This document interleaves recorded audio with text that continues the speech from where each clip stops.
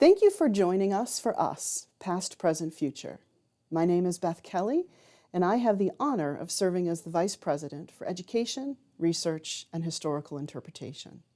November is National Native American Heritage Month, and it provides us with an opportunity to become familiar with the lives, sacrifices, contributions, and achievements of Native American people. As a foundation, we are committed to sharing the entire story of this 18th century community.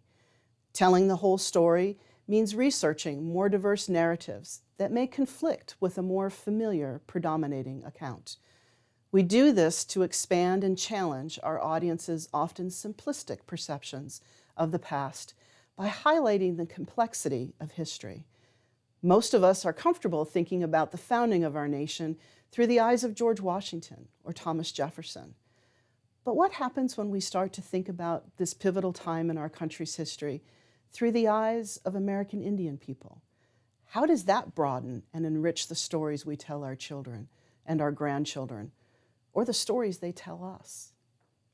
History is the story of people and the complex relationships they have with their environment, events, and each other.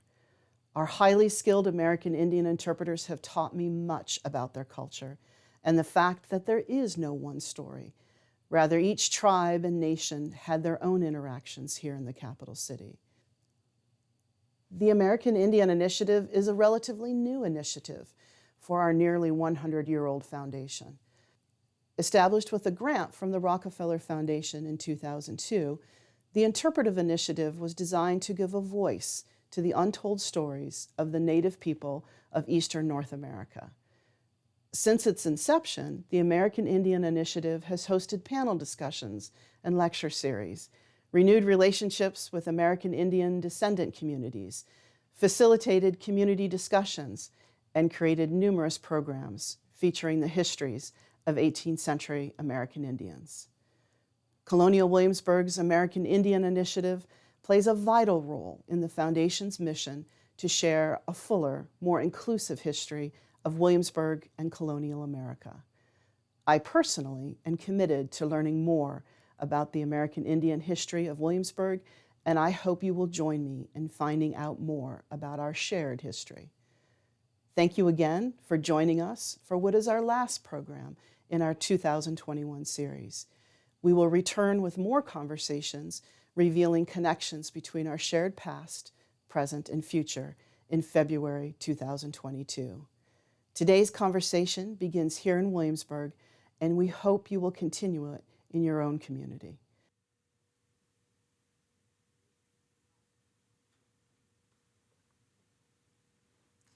Good afternoon, and welcome to Us, Past, Present, and Future, American Indian Heritage Month. I'm Hope Wright, and I will be your moderator today. I'm joined today by team members from Colonial Williamsburg's American Indian Initiative, Martin Saniga and Kody Grant. Could you each take a minute to introduce yourselves to us, please? Yeah, I'm Martin Saniga. I'm a member of the High Plains Saponi community from Person County, North Carolina. I've been here with Colonial Williamsburg about a year. I'm the supervisor of the American Indian Initiative. Prior to Colonial Williamsburg, I've been in the museum field for about 10 years now. And like I said, my name is Kody Grant. I've been working here at Colonial Williamsburg as a full-time staff member for about 7 years. But before that, I worked as a contractor, working between my own community and Williamsburg. So in the museum field, I've been working for about 15 years.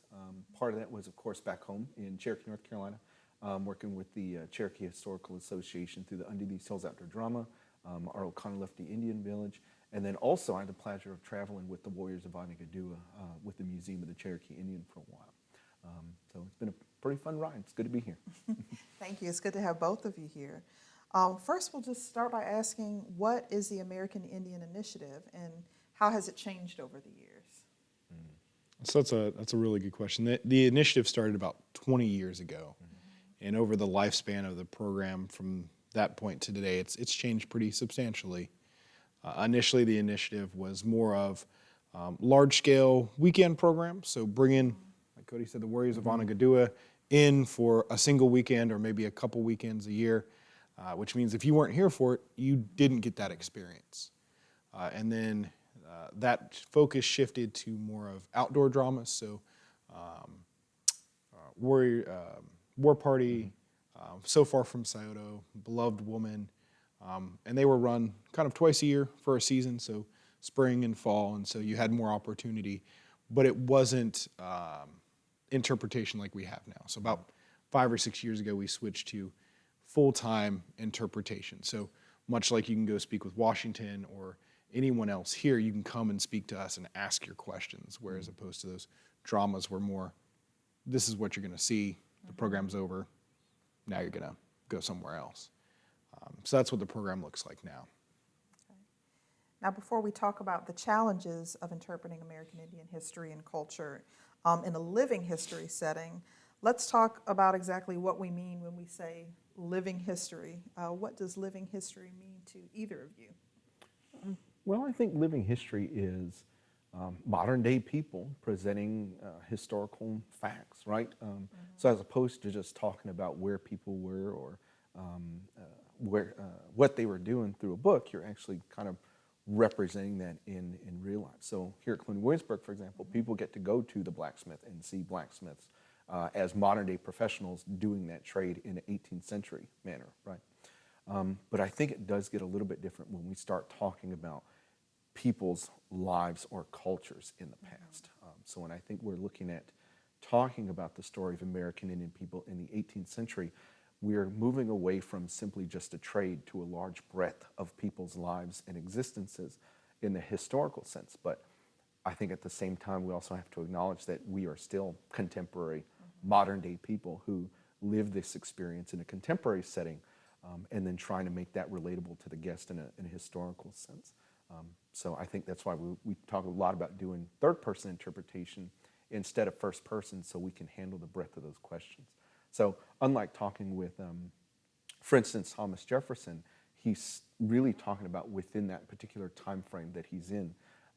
Whereas when many guests come to us in Colonial Williamsburg, they might not expect to see American Indian programming like that we have with the initiative. And so the ability to step out of character and handle those, what do you say, orientation questions of why we're here, where we're from, and how we do our work is very relevant to what we're talking about today. Absolutely. Thank you. And we are here to take your questions today. So if any of you in our audience have any questions for the panel, please post them in the comments.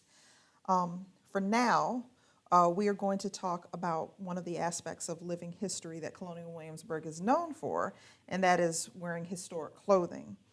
So can either of you speak a bit on why you wear the historic clothing and some of the challenges that presents? So I think that one of the larger reasons we wear it is there's somewhat of an expectation when people come to Colonial Williamsburg, they're going to see folks, whether they're character actors, whether they're the folks behind the cash register, those folks are going to be in historic clothes. And the same holds true for us.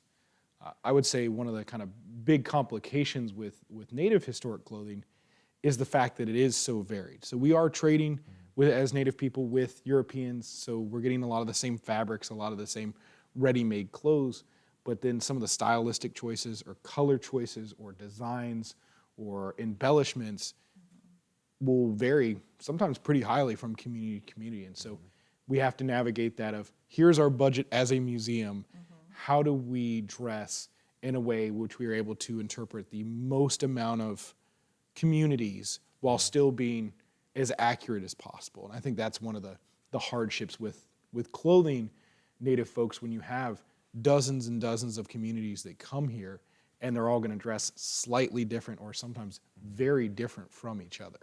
And how do we manage that within a reasonable budget for the staff?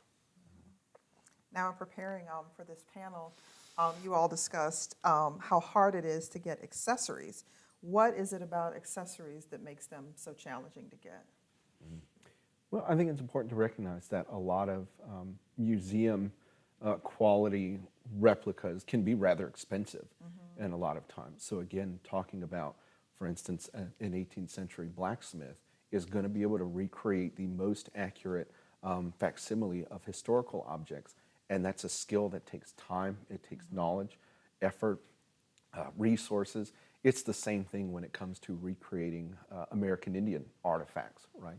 So the effort that has to go into sourcing materials, which is usually going to be hunting, dyeing those materials using natural dyes that have to be harvested, recreating the same style of work that goes into a lot of research of those artifacts can be very, very costly. And it would be unfair to ask somebody to drop their price for a particular thing that we want or that we need, in kind of not respecting the level of skill and effort that goes into recreating these things. And then also, too, where are you getting those things from, right? So there are, of course, many people who can reproduce artifacts, but then where do you also want to source them, or at times do you want to source them from American Indian communities who can remake those things? So it also then creates another challenge of who makes those items and how are they put together. So in the modern day, it's also important to recognize that there are a lot of contemporary arts and skills that exist in the modern day that are not representations of historical pieces. So how do we bridge those gaps to then start working with the American Indian communities to start replicating those historical objects as well? And so there's a kind of a whole few steps you have to take in looking at where we get those things from, how costly they're going to be, the breadth of skill and knowledge of where those things are coming from. So although it's not hard to find them, sometimes they can be a little out of reach. And I think one of the big things you kind of touched on, Kody, is that some of these skills are still around. You still find people that do quill work or beadwork, but they're not doing it in the fashion of 18th century. Or they're not used to doing it to the level that as a museum you would want to see. You can create facsimiles using modern materials and modern techniques, but once you really get down and examine them, they're close, but they're just not quite right. And so not only is it finding someone who's skilled enough to actually do the material or to do the construction itself, but who has also taken the time to do that historic research, to go look at originals and reproduce them as they were being produced, 200 years ago. So it's a big ask, whether it's our metal goods, whether it's our glass beads, whether it's quill work or finger woven work, all of that becomes a big ask. And as the initiative, we're trying to source as often as possible from Native vendors to kind of encourage Native folks to keep those traditions around, to keep those traditions in our community, whether it's learning quill work, whether it's learning finger weaving or basketry or ceramics or whatever it happens to be, and show that those skills are still, you can still make a living off those skills today. They aren't things of relics of the past that we shouldn't upkeep anymore. Yeah. Well, you've pretty much answered one half of our next question about where do you purchase items from. But what are other kinds of material resources that you might need?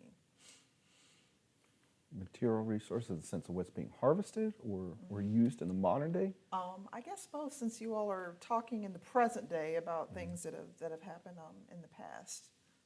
So I would say some of the things that we would have had access to historically, there are, in some cases, legal limits on your ability to gain access or to use or display those objects, or in some cases, they just may not be around anymore. You have historic animals like Carolina parakeets and passenger pigeons, and those feathers were used in decoration by people throughout the Southeast and up into the Northeast. Those aren't accessible anymore. Those animals are completely extinct. There's no way to use those same feathers. You can create facsimiles, you can find species that are similar, but there is going to be some noticeable differences in that kind of plumage. So there is that issue in and of itself. There's also the issue of for hides and skins and furs, take limits, competition with the fashion industry and all the other industries that want to use those things modernly as well. And some of it is if you want something done with beads or shell or pearl, who's producing that? Who is producing an 18th century version of that material for that artist, for that craft person to use? And in some cases, it doesn't exist. You don't have someone that's making that facsimile anymore. Yeah. Well, how do you know what you're wearing and using is historically accurate? And again, that's a rough one, right? Yeah, So a lot yeah. of what we're relying on are museum pieces, right?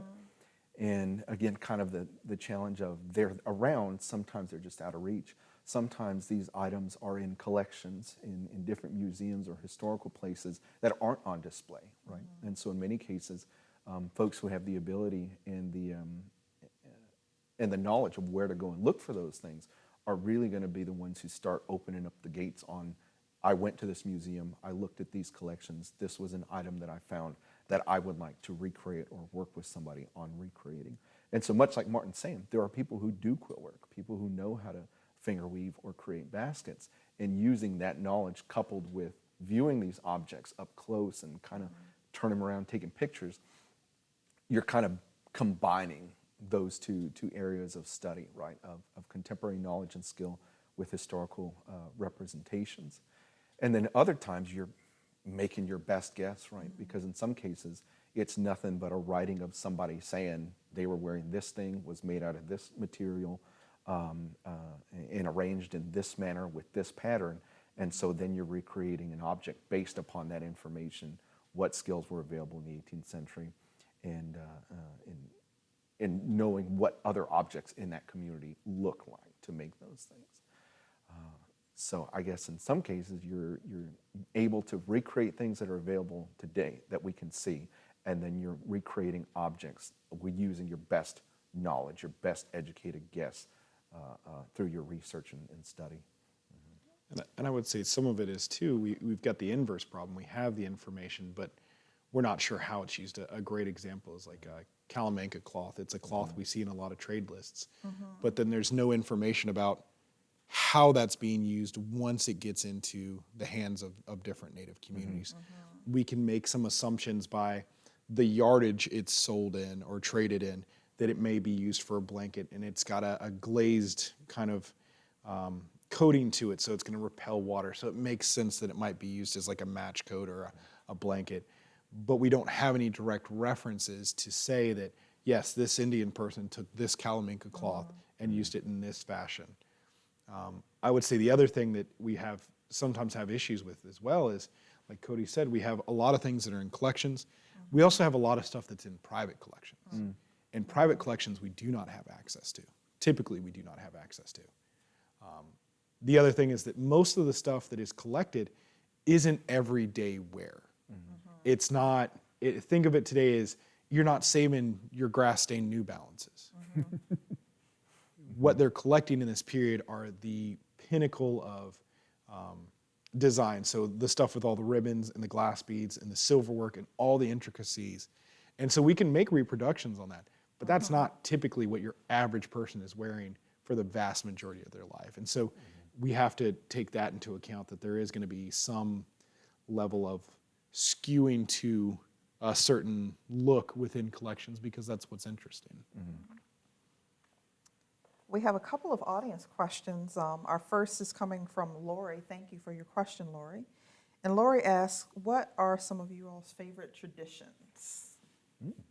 That's a good one. So one of my favorite traditions is when I can make it home, but my family is pretty large back in North Carolina, and they like to do a big kind of Thanksgiving get together and feast, and I like to make it back whenever I get a chance because everybody has, of course, their own family meals, but kind of getting everybody together and get to see everybody and kind of talk and congregate is one of my favorite traditions. Yeah, so mine's twofold. So in my community, we're kind of revitalizing some of our songs and social songs and the stuff that survived colonial practice of erasure. So those are my favorite. But also, my mother's side is Norwegian. I love when my grandma makes lefse and kringla at Christmas, the sweets and the butter. Man, butter is just, it's amazing. Yeah. Thank you. I have another question, and this is coming from Steve. Thank you for your question. Steve writes, I have found Indian artifacts while I was working in Fluvanna, Virginia in November of 2017. Is there any law that would keep me from keeping these from my family? So the short answer to that is yeah. Virginia has a lot of laws, and there are a lot of federal laws about the collection of antiquities, especially from sites that are state-owned. Less of those are applicable if it's on your own property that you own, that you've dug at. But if it's for a state organization or at a national park or a state park, there's a whole ton of regulations in place that protect those things. Really, because what you lose is you lose your provenience. Once they're pulled out of the ground and there's no record of how deep they were, where they were located, any other objects that were found in the area, you lose those objects' connection to their culture. And so that's what those laws are really there to protect, is the understanding of what those objects were, what they mean, and who they belong to. So yeah, short answer is, yeah, there's definitely some laws in place. And it could be a missed opportunity to find out more about the communities that was living there. Absolutely. All right. Now we'd like to move on to our second segment, which is looking at research. And another aspect of living history is all the research that is done before living history interpretations are even seen by the public. What is the research process for you all, and how does this compare to other forms of research in living history settings, or other forms of research in general? Well, it's fun when you start looking at research and dealing with cultures, right? So again, when we talk about the idea of seeing a trade here in Williamsburg, we can talk about what goes into that effort, the tools that were used, how long apprenticeships last, and et cetera. But there's also a study of the people involved in that work, right? Are they free? Are they enslaved? How did they come to work in that position? Both men and women are participating in different realms. And it's much the same thing when we start looking at American Indian communities historically, right? So we know that there are people who are basket makers, who are beaters, and et cetera, but there are people who, of course, live, love, right, et cetera. And so one of the neat things that we've been seeing more recently is the resurgence, or what do you say, moving away from primary sources or documents as the only viable form of research, right? So within a lot of these American Indian communities, that's where that history and that knowledge comes from. So with a lot of these societies for hundreds and thousands of years being only based on the spoken word of listening, remembering, and then repeating through generation after generation. Of course, things do change in societies, but there are some things that are just imbued within communities, and that idea of storytelling, of where they come from, their creations, their origins, their conflicts, their treaties and peace and all that other different stuff is wrapped up in those stories. And so one of the things that I've been seeing more recently is looking at accepting those oral histories and stories from people in the modern day, right? So the question that I answered, right, what are one of my favorite traditions? One of my favorite traditions of modern day is getting together with my family for Thanksgiving, right? But we know that, like any other culture, is predicated upon people, and people change, they adapt. And so knowing what may have been true for somebody 50 years ago or 200 years ago is going to change and shift. And so by listening to those oral histories and the shift of their cultures and societies and family structures and et cetera, we can make an accurate picture of how societies function or look at any given time. But much like we do in the modern day, right? Looking at the way things were 50 years ago. What do we like? What don't we like? What do we want to change or make better moving forward? It's the exact same things that American Indian communities have been doing for thousands of years, like any other culture.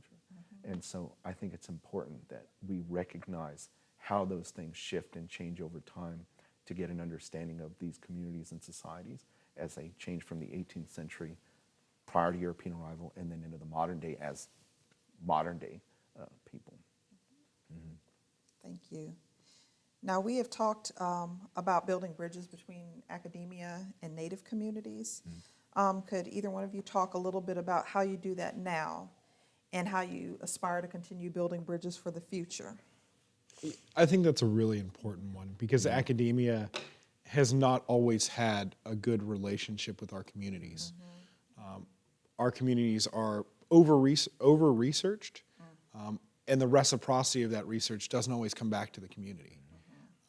when you look at our relationship with museums or institutions of higher education, there are museums that still have objects that were collected in a way that today we would consider less than ethical.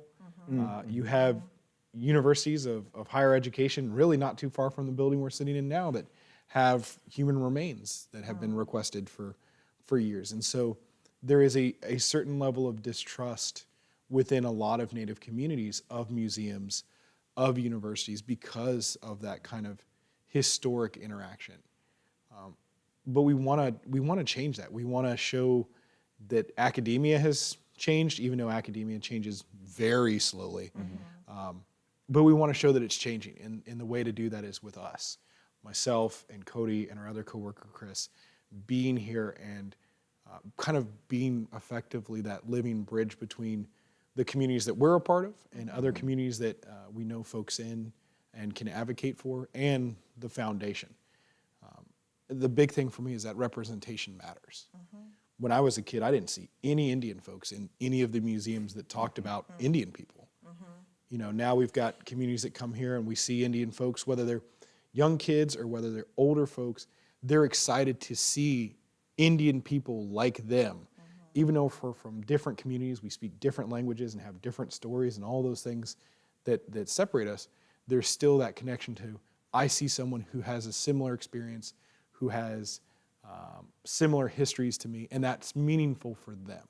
And so that's one of our big goals, is to reestablish, reaffirm, and kind of build those bridges stronger year by year. And I'd like to add something to that, because I think it's really important, right? The idea of working collaboratively. Because one of the things that I think we forget a lot of the times is we're going through our own cultural renaissances, right? We're trying to recapture and rekindle the things that we have lost, the things that have been taken from a lot of communities. And so by working with academia in sharing the knowledge and research that's available and combining that with, again, the oral histories and the skills and capabilities of contemporary American Indian communities, we can build a stronger case of that shared history again, right? So I think that's one of the neat things moving forward that can simply do nothing but grow. Yeah, thank you both. We have some questions from our audience members, and thank you for sending those in. Our first question is coming from Tina, and Tina asks, what are common misconceptions visitors have about 18th century Native Americans in Williamsburg? I would say the biggest one is that we're here at all. So I think one of the bigger hindrances we have as the initiative is that the 18th century, especially the American Revolution, is taught as a binary. It is either European folks or it's African folks. And whether those folks are enslaved or free, those are the two actors in this whole drama that forms the United States. And very often Native people were there sometimes in the periphery, were mentioned as, merciless Indian savages in the Declaration of Independence, but were not talked about as allies, as contributing members to society. And so unlike Washington or Lafayette, no one asks who we are. The first question is, what are you? Why are you here? Everyone knows a guy in a military uniform is some sort of officer. When they see you and our other African-American coworkers out there, they may make the assumption that you're portraying someone enslaved or someone free, but they have an idea of why you're in the city. When they see us, there's just no context. And so that's really the biggest hindrance, is they don't recognize Indian people in the 18th century, and especially in a city. And I would also say that's twofold, is they don't recognize Indian people historically, but also contemporarily as well. So in both cases, it's the preconceived notion of what does an Indian person look like, right? And in a lot of cases, it's not simply a sense of arrogance, but it's just simply ignorance, right? In the truest sense of they're only coming with the knowledge that they've been shown in movies, films, TVs, education, and et cetera. And that can be a very one-sided view. Whereas when we talk about American Indian people or Native Americans or First Nations or Indigenous, neither one of those terms specifically identifies the breadth of knowledge and community and culture of Dene folks, right, or of Cherokee, or of Shawnee, or Senecas, or Cayugas, because each of those cultures or communities has its own wealth of knowledge and information in society, and et cetera, and even diversity in the 18th century. So I think one of the difficulties that we see of guests who come to Williamsburg is there's the question of, what are you, right? And then the follow-up of, well, are you really, right? And I think that's a big thing too, is getting guests in that kind of third-person mode to acknowledge that there is a diversity of the way American Indian people look in the 18th century, just as there is a diversity of the way that American Indian people look in the modern day in 2021. Thank you. We have a question now from Marilyn. Thank you for your question, Marilyn. And Marilyn asks, are there also efforts to research and use traditional languages? Yeah, so I think I introduce myself in my language in my coffee house programs. Depending on your community, depending on the nation you come from, there are wildly varying levels of fluency. So you have Navajo Nation who have thousands of fluent speakers that speak it in the home, they speak it in their businesses.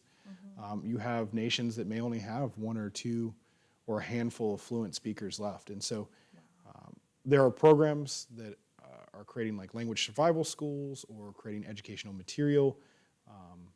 The paradox of it is, in a lot of communities, native speakers are either very old or very young, and that's due to government policies that were designed to strip language away. And for me personally, it's very powerful to come to Colonial Williamsburg or any other museum or any other place I work at and speak my language in an introduction to the public. And it doesn't matter that the public doesn't know what I'm saying. Yeah. You know, I can translate it afterwards. But it's powerful because there are so few of us that speak the language with any level of fluency that anytime you try, it's good. You know, it doesn't matter how poor your pronunciation is, you're still trying. You're still adding to the revitalization of that language with every attempt you make. Thank you. We have a question now from Dina, and Dina would like to know, how do women's roles within each of you all's different nations differ from men's responsibilities as they relate to the community as a whole? Well, I think that's also one of the things to, again, look at and where it comes back into research, right? So we know that historically, a lot of the focus of research or of the view or interaction of Anglo-Native relations usually has to do with men-to-men relationships, right? And so that's who's explained in being in council, who's going to war, who's fighting, and et cetera, with lesser mention of women's roles within communities, even though historically we know that there is a lot of roles that women play within Native societies. There is one paper that I was reading, and it talked about the difference between societies that are patriarchal versus, or matriarchal versus patriarchal, and it seemed to be that the majority of work, even though there's an exception to each rule, but the majority of work of societies that you find in where women carry a lot of the load of work for sedentary agricultural nations, they have a bigger role to play within societies. Whereas a lot of societies that are what we consider to be more hunter-gatherer, where the majority of the work is going to fall on the backs of men, the shift in roles or area, I guess, they play are going to be different. But again, it's going to be specific to each culture and community, right? So for Cherokee society, for instance, I know historically in the 18th century, women played a pivotal role in creating citizens for the nation. So being a matrilineal society, children were only considered citizens of the nation through their connections to their mother, whether that was through birth or through adoption. Your extended family of kin was taken from your mother's side, not your father's. Whereas in my mother's community, right, Isleta Pueblo from out west in New Mexico, the roles seem to be a little bit different in that society. I would say that's one of the things that kind of hinders us with research too, like Kody touched on. For the most part in the historic record, it is interactions with men, with other men. And I would say that academia has been very slow to accept our understandings through our own oral tradition of the traditional role of men and women, and even what those governments and how folks participate in those governments look like. And that's one of the things that we have a personal hard time with is the initiative, because right now we don't have any women on staff, and so myself and Kody and Chris, and I don't want to speak for you, but you know, there's only so much that we can say on the roles of women because we're not women from our own nation, and so my wife, my cousins and things like that who are women, they're going to have a somewhat different opinion, or they may state it, and they have the authority to state it however they want because they are matriarchs in our society. And so, you know, as a guy, I try to kind of temper what I say because it's really not my place to do that. But unfortunately, until we have some women apply and get hired on, it falls to us, as inadequate as we sometimes are explaining those roles, to explain them. Yeah.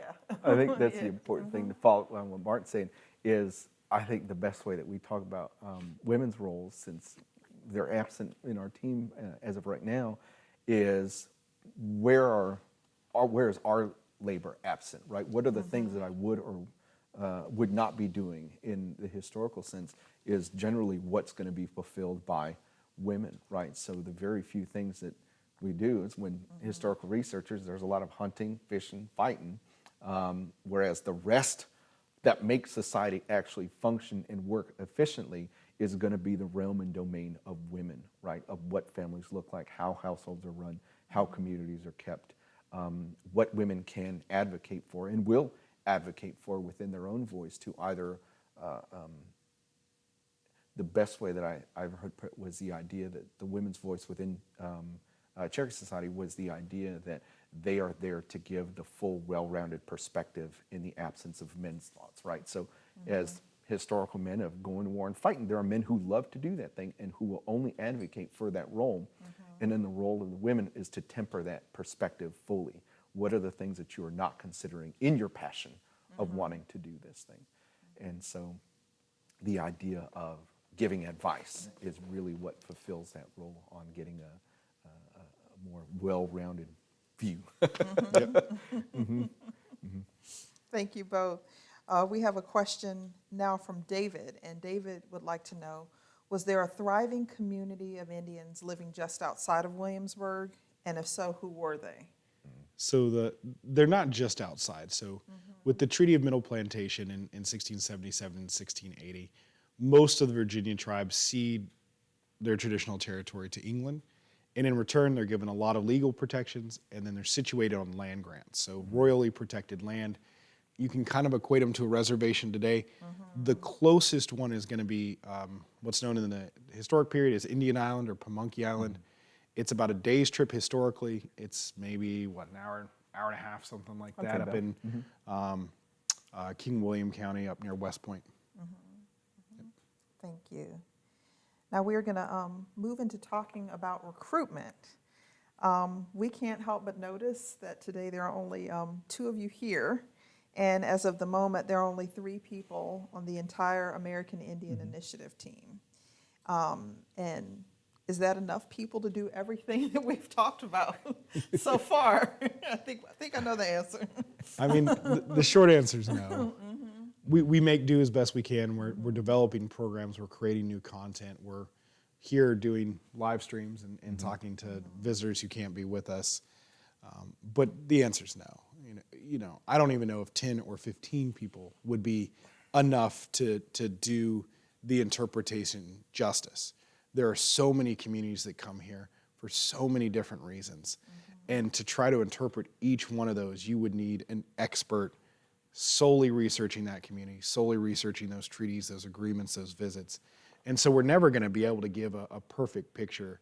And I don't think that matters how much staff we have. We're never going to give that perfect picture. Do I want more staff? Absolutely. Because with more staff, we can create more programming. My goal is to eventually get it to the point of a Thomas Jefferson quote. He says, "No time in his stay here does he not see Indian folks in Williamsburg." You know, and that's what I want the visitors to come here. I want them to come here and not be able to go anywhere in town without the expectation of seeing us, because that's what creates that normalization. That's what gets rid of and dismisses those stigmas of Indian people are not around during this period is simply coming to museums and seeing Indian folks everywhere, whether it's the gardens, whether it's down near the taverns, whether it's on stage or the palace or our encampment site, wherever we happen to be. That's what creates that normalization. I will say, have we done it with two people before? Yes. Yes. I remember there was one day where it was about 5 quick changes that were done throughout the day to fulfill the programming between two people and covering American Indian people in the city of Williamsburg. But I think the goal of that, right, is the longevity of the program. So the more people we can get in and spread that work across those individuals, it's going to be more sustainable in the long run. Because we've done it with two people, but it was, yep, you were running. Now, as you all are actively recruiting staff, who are you looking for, and what kind of person does it take to do the kind of work that you all do?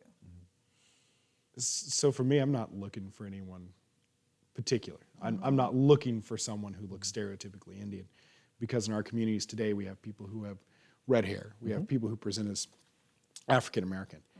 And in the historic period, we had people who looked exactly like that. I think sometimes the issue is that doesn't meet guest expectation. And to be very frank, guests say and question the way we look as far as our Indian identity.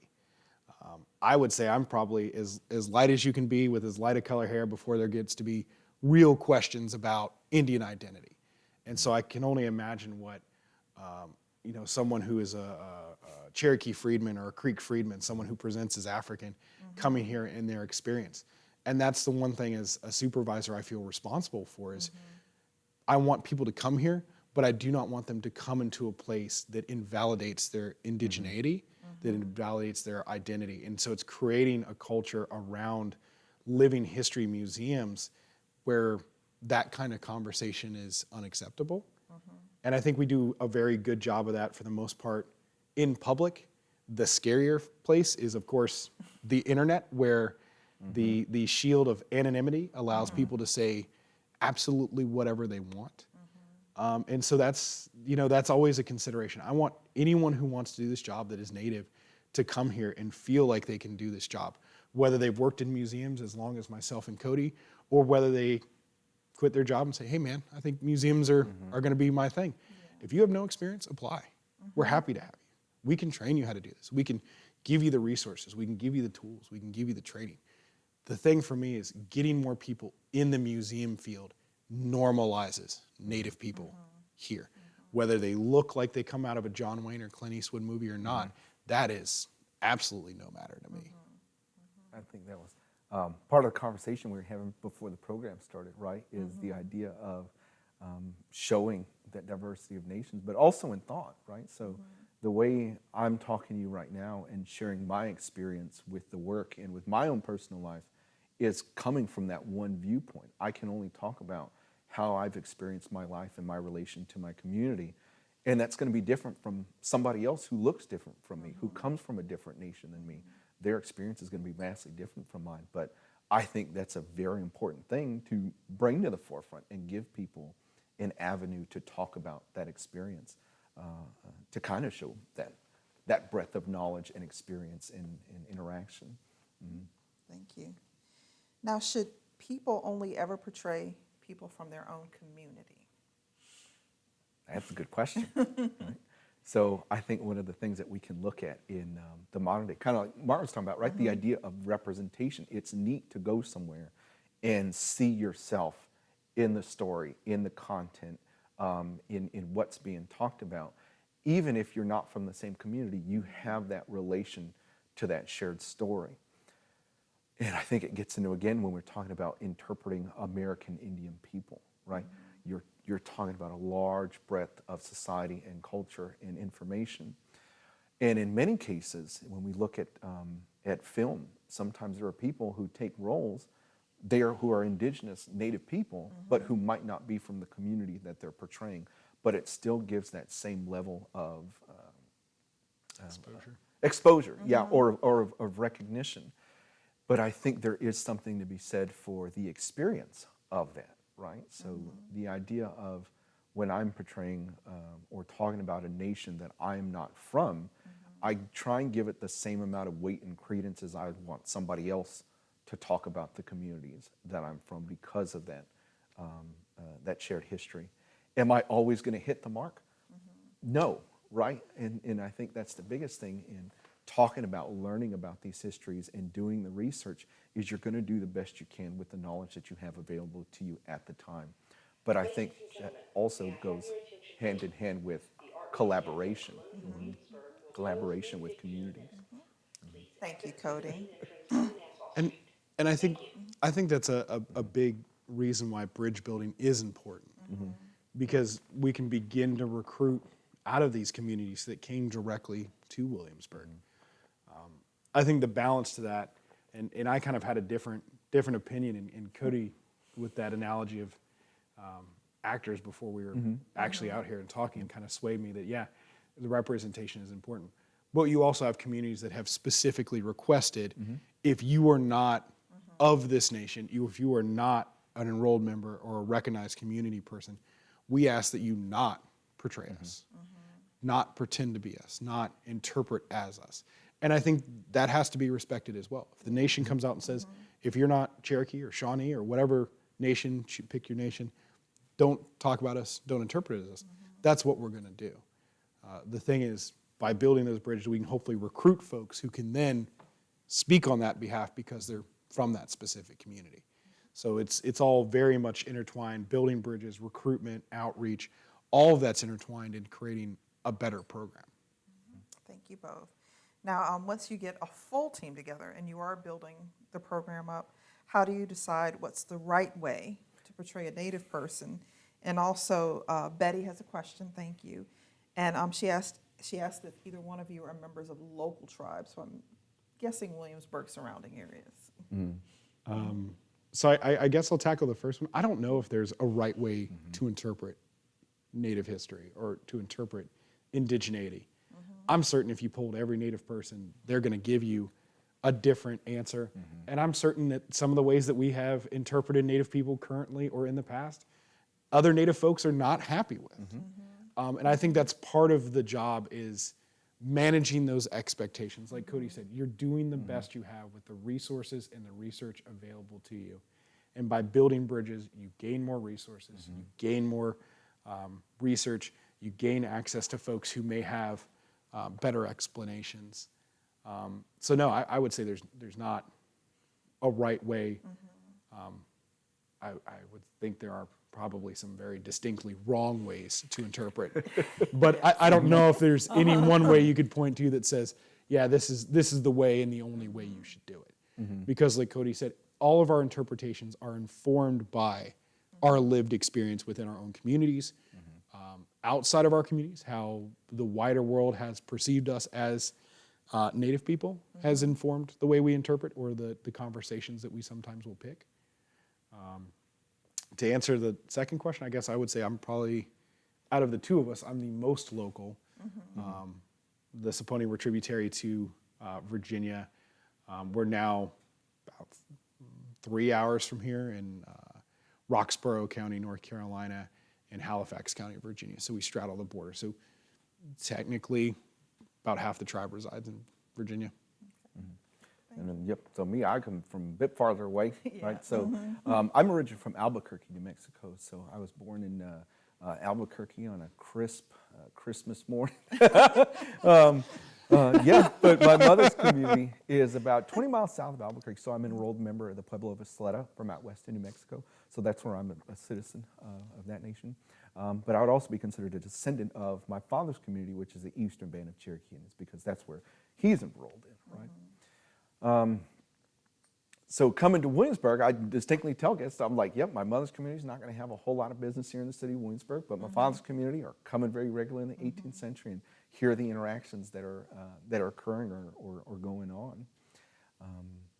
But yeah, so on that end, yes. And what was just to clarify, what was the second part of the question? The second part was asking if you were members of local tribes, so you answered that. And then the first was looking at how do you decide what is the right way to portray a Native person? For that one, that's what I was thinking of, was the idea of how would I want somebody to represent me, right? And again, I know that gets down to the ground level of my perception or how I view what's right or incorrect is going to be different from Martin. It's going to be different from Chris or somebody from my community. And so the one thing that I tried to do is to say, based on the research and on the information that I have, here is the best interpretation that I can give of this time. And that's even for me going to change year through year, because I definitively know that there was things that I said 3 years ago that I now are no longer true. And so there are some guests that I met 3 years ago who heard what I said, and even though I know that's now incorrect, that's what they know. But again, doing the best that I can with what I have is I feel the best way forward, and then also using that as a way to guide people towards contemporary American Indian communities. So it's sharing what knowledge I have, but then also trying to connect that to the people that it directly affects. In that way, in my personal sense, it's the way that I feel I can give the best interpretation or the fairest interpretation. I don't want to say it's right? It's the best interpretation I can give. And again, am I going to hit the bullseye every time? No. And I think that's one of the things we have to acknowledge in this work is we're going to get it wrong sometimes. And I think it's reasonable to be willing to adapt. Thank you. We have a question from Dina. And Dina's question is, how do you feel we can best change the stereotypical narrative of Native culture and help society understand tribes aren't getting rich off of casinos and don't get monthly checks from the government? That's like a multi-generational quest for better representation. I think a lot of it is demystifying Native people. So I grew up here in Virginia, and in Virginia, Indian people are talked about in 2nd and 4th grade. And that's really about the extent of Indian education within the Virginia public schools, or at least that was when I was growing up. It may have changed now. But as a 2nd and 4th grader, you're not really there and able to talk about the huge differences between the tribes even within your own state. May as well the 574 federally recognized tribes modernly and the probably equal number of state recognized tribes modernly. Education's a big one, and it's hard because it's varied. When we get guests from California, they know about California tribes. When we get guests from New England, they know about Wampanoags and Nipmunks and Abenakis. When we get guests from Florida, they know about Seminole folks. And so there is no standard education about Indian folks across the country. And then you've also got movies and TV, and I would say that sometimes those have way more influence on people's perception of Indian folks than their education through K through 12 or even university education gave them. I would say those images, right or wrong in media, is what informs a lot of folks. And so I think things that do show modern representation of Native folks, whether that's movies or TV shows that are created by Native creators, that are written by Native writing rooms, that are acted by Native folks, that's where that begins to change. Because that's an experience that people can get a hold of. They can watch it on a streaming service or watch it on TV, and they can see Indian folks and they become normalized. We're not this thing in amber, we're not this thing out of the Westerns. We're regular people that drive cars and play video games and eat pizza and sushi and all that stuff.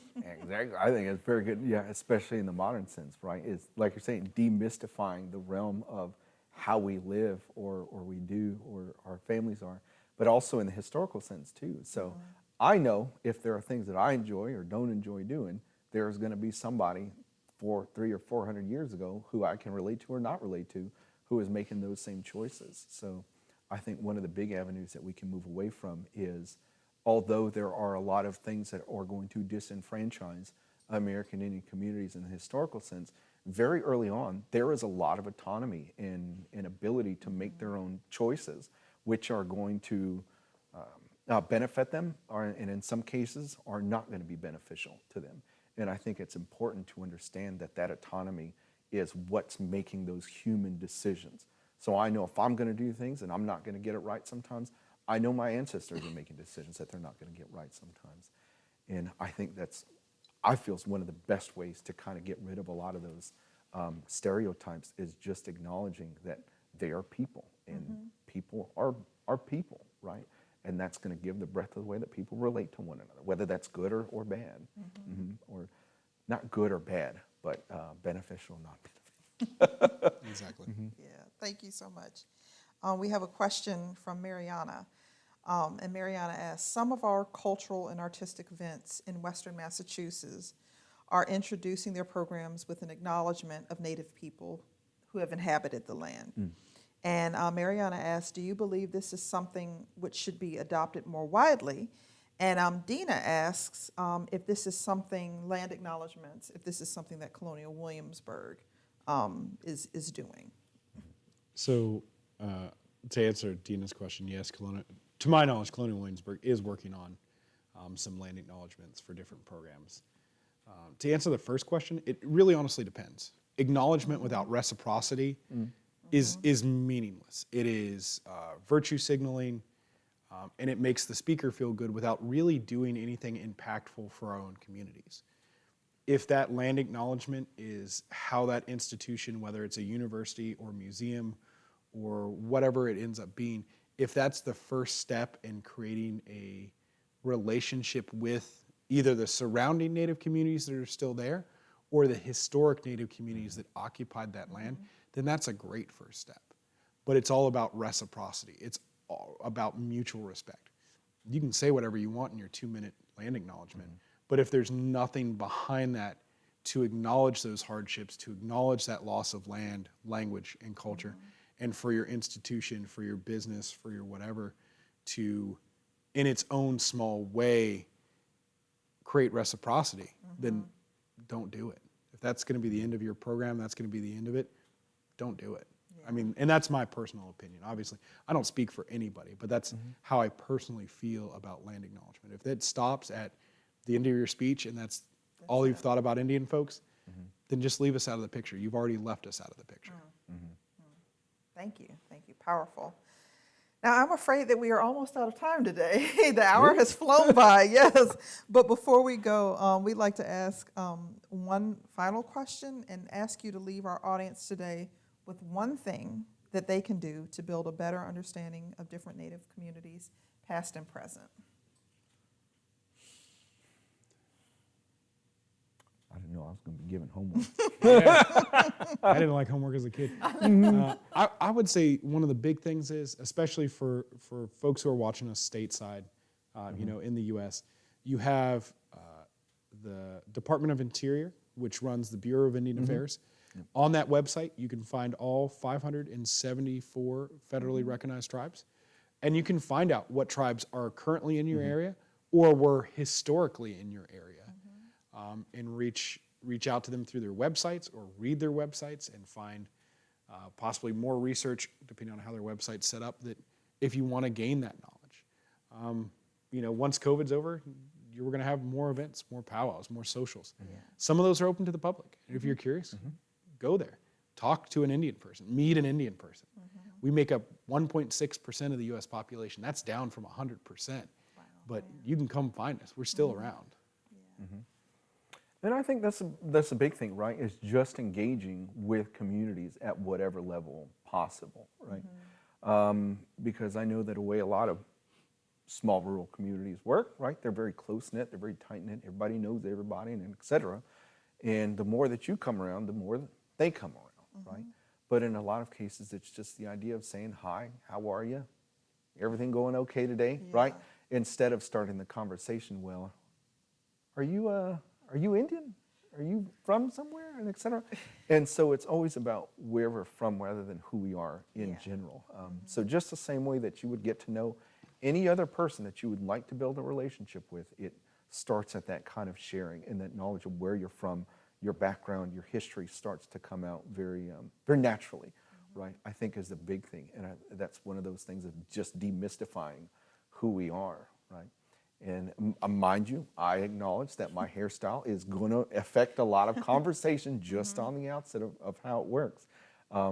but it's just in the same instance that just because I find somebody who's wearing something I think is very neat, or who has certain tattoos that I find intriguing, or et cetera, that's not something that you necessarily want to broach on the outright, right? I like that tattoo. I want you to tell me what that means to my satisfaction, but, oh, well, my name is such and such, and what's your name? I think it's kind of the biggest thing, because again, we exist as modern day people. We have our own personal histories or stories of where we come from, and et cetera, that we can just simply learn with one another. Thank you so much, Martin and Kody. I really appreciate it. And thank you all here for being with us today. We hope that you have enjoyed these ideas and you continue to learn, and we want you to be active in your own communities and regions as well. We would also like to thank our donors, especially Mark and Iris Koblitz, who make Us, Past, Present, and Future possible. This is our last Us, Past, Present, and Future of 2021. We will be back in February 2022 with a new season of programs. Until then, we invite you to revisit our 2021 programs and to join us for other online programs which can be viewed on Colonial Williamsburg Facebook and YouTube pages, as well as our website. We hope that Us, Past, Present, and Future has inspired you this year to explore the connections between our shared history and our shared present, and to work towards a better shared future. We will see you next year.